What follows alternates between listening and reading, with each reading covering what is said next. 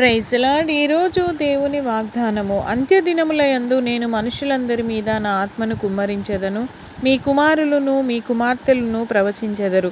మీ యవనులకు దర్శనములు కలుగును, మీ వృద్ధులు కలలు కందురు. అపోస్తుల కార్యములు 2వ అధ్యాయం 17వ వచనము. మనం అంత్యదినాలలో ఉన్నామని మనందరికీ తెలుసు. నేటి వాగ్దానంలో దేవుడు ఈ రోజుల్లో తాను చేస్తున్నదంతా గుర్తు చేస్తున్నాడు. ప్రజలు ప్రవచిస్తారు, దర్శనాలు మరియు కలలు చూస్తారు. మీరు ఆ అనుభవాలలో కనీసం ఒక్కటైనా నెరవేరుస్తున్నారా? లేకపోతే ఎందుకు? మనం పరిశుద్ధాత్మ వరాలను ఎందుకు పొందలేకపోతున్నామో? మనం ఇప్పటికే ఆలస్యం అయ్యాము మరియు మనకు చాలా తక్కువ సమయం ఉంది మరియు చాలా ముగింపు సమయ సంకేతాలను చూస్తున్నాము. మీ మోకాళ్ళపైకి తిరిగి వెళ్ళండి. మన దేశం కోసం ప్రార్థించండి, ఆత్మతో ప్రార్థించండి. దేవుడు ఈరోజు మీపై తన ఆత్మను కుమ్మరించునుగాక. దేవుడు మిమ్మల్ని దీవించునుగాక.